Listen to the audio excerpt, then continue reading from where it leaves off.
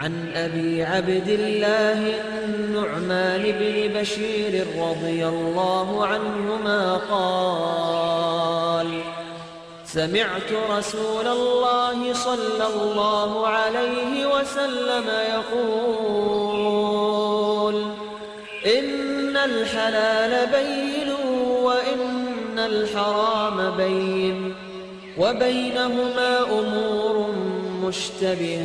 مشتبهات لا يعلمهن كثير من الناس. waayahan dambe waxaa badan oo dad badan ay weydiinayaan mas'alo ku tacalluqda ganacsiyada hadda beledka ka jira qaar ka mid ah.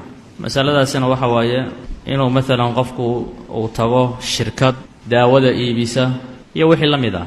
Wuxuu ka iibsanayaa daawo maalan $30 uga iibsanaya iyo wixii la mid ah. Kadibna waxay ku leeyihiin dadkeen qof walbood keento ama intaasoo qof haddaad keento intaasaad leedahay. oo dada loo dirayaa inuu dad soo aruuriyo, shirkadana uu ku soo xiro, dadka uu keenana uu muqaabil ku yeesho. Ganacsiga noocaasna ma aha mid waddankan ku kooban ee waa mid caalamiya oo caalamka dhan ka jira. Waxayna carabtu u yaqaanaan at-taswiiq ash-shabaki. Beeca iyo ganacsiga al-aslu fiihi waa maxay? Al-aslu fiihi waa ibaaxa. Laakiin shayga ganacsiga ama tijaarada ah waxay culimmadu ka fiiriyaan waxa uu ku dhisan yahay. ma yihiin asalkii ibaaxada wax sharciga waafaqsan mase buyuucdii sharciga xarimay wax ka mid ah ku dhex jira. Magac qurxoon oo la bixiyo iyo xeelada lala yimaadana wax xalaal kuma noqdaan. Al-cibratu bilmacaani laa bilmabaani. cibradu macaanida weeye ee dhismaha iyo alfaadaha ma aha cibrada. beeca noocaasee suuraddaa leh culummada mucaasiriinta in badan oo ka mid a waxay tilmaameen ama ay sheegeen inuu xaaraam yahay. dhowr sababoodna way sheegeen uu xaaraam ku noqonayo. sababta koowaad waxa waaye bay yidhaahdeen labadii nooc ee ribada ayaa ku kulmay, riba alfadli iyo riba annasii'a, labaduba waa ku jiraan beecan. horta marka koowaad waxay u suuradeeyeen ama culummadu sheegeen ninkan dhahaya $30 wax iiga iibso, kadibna le dad badan igu soo xir. waxay yidhaahdeen waxaan uu iibinayo ujeeddadu ma ahan, ujeeddadu waa lacagta badan ee loo keenaya hadafku yahay, ee hadafku waxaan uu iibinayo ma aha. waxaan uu iibinayo waa xeelad uu ku gambanayo wey. hadafka waxa waaye lacagaha badan ee dadka faraha badan uga soo xaroonaya, dhankaasuu ka fiirinaya. meesha marka waxa yaalla waxa waaye bay yidhaahdeen baycu nuquudin binuquud, lacag lagu iibinayo. $30 aad bixisay, $30kaadii ayaad waxaad ku helaysaa $100 ama $10. lacag $30 markaad bixisay, daawadan lagu siiyey ama badeecadan lagu siiyey waa sitaar, waa gabaad. laakiin hadafka aad wax ku qaadanaysa waa maxay? waxa ka dambeeya. taa waxaa daliil u ah adoon waxba ka iibsan ku dhihi maayo dad iiga soo aruuri bannaan. laakiin marka hore wuxuu ku leeyahay wax iga gado, wax keen. waxaad keentana wax badanaad berri ku helaysaa. waxa badanood helaysa soo lacag ma ah. idan lacagaad bixisay yar, maxaad ku heshay lacagtaasi yar? lacag badanaad ku heshay. meesha waxay yidhahdeen waxaa ku jira baycu nuquud binuquud. haddii marka lacag lagu iibiyo maxaa loo shardiyaa? almumaathala waataqaabud. soo saas ma ahayn?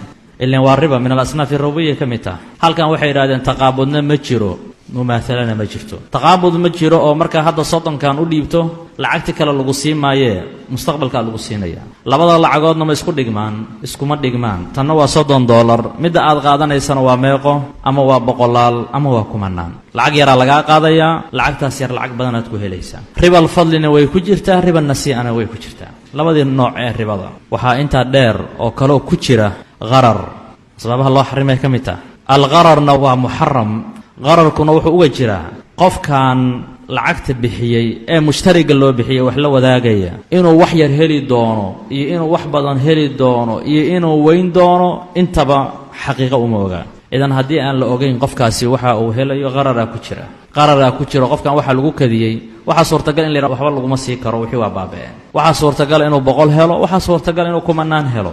meeshaan waxay yidhaha qararaa ku jira. waxaa kaloo ku jira qish iyo talbiis, khiyaanaa ku jirta.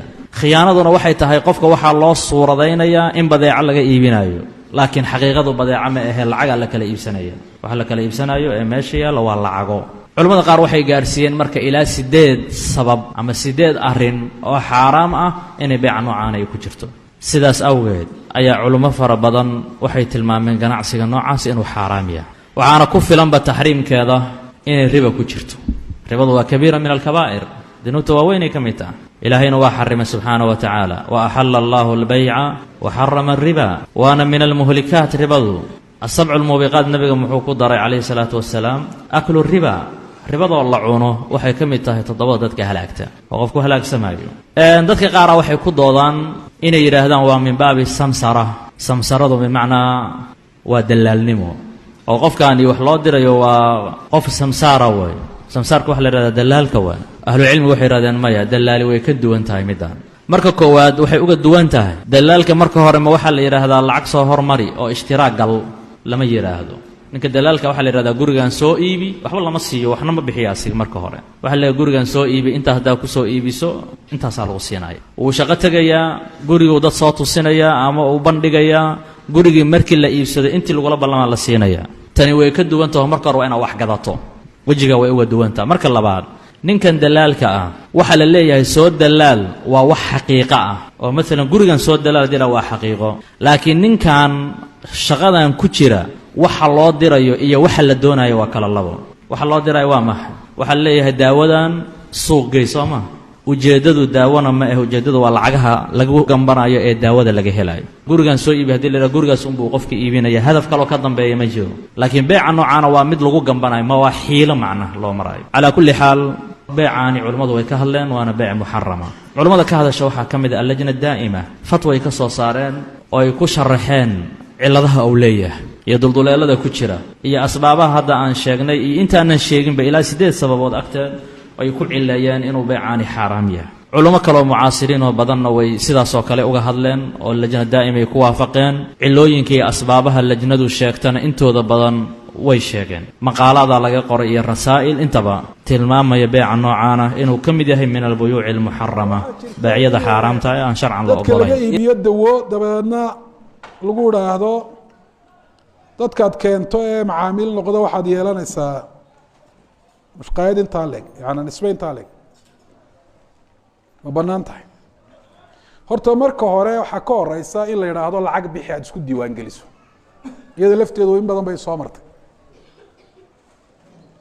dabeetana uu lacagtaa bixiyo intaasoo qof baa isdiiwaan gelinaysa horta lacagtaa $20 iyo $50 iyo laga ururinaya halkaasaa waa lacag buuran laga soo saaray haddana waxaa la odhanayaa dawadan iibso ama alaabtan iibso muxuu iibsanayaa dhakhtar baa usoo qoray maya wuxuu u iibsanayaa dawada oo lacagtiisa u bixinaya kuwa isagu uu keeni doona hadhow si uu uga helo lacagtaa loo ballan qaaday marka waa qimaar halkaasaabay qimaar ku noqotay ku kansalantay mar haddii ujeeddadu iibsanaya taa ay tahay laakiin hadduu dawada si caadiya qofku isaga iibsado 20 hore ama lacagta hore isku diiwaangeliyeen muxuu bixiyey marka horeba si uu dee arrintan u galo oo lacagayowgaa la sheegayo u gaadho lacagtaa u bixiyey inuu lacag gaadho u helo iyo in kale labadana waa udhexeeya marka waa khamaar weeye taasi uma banaana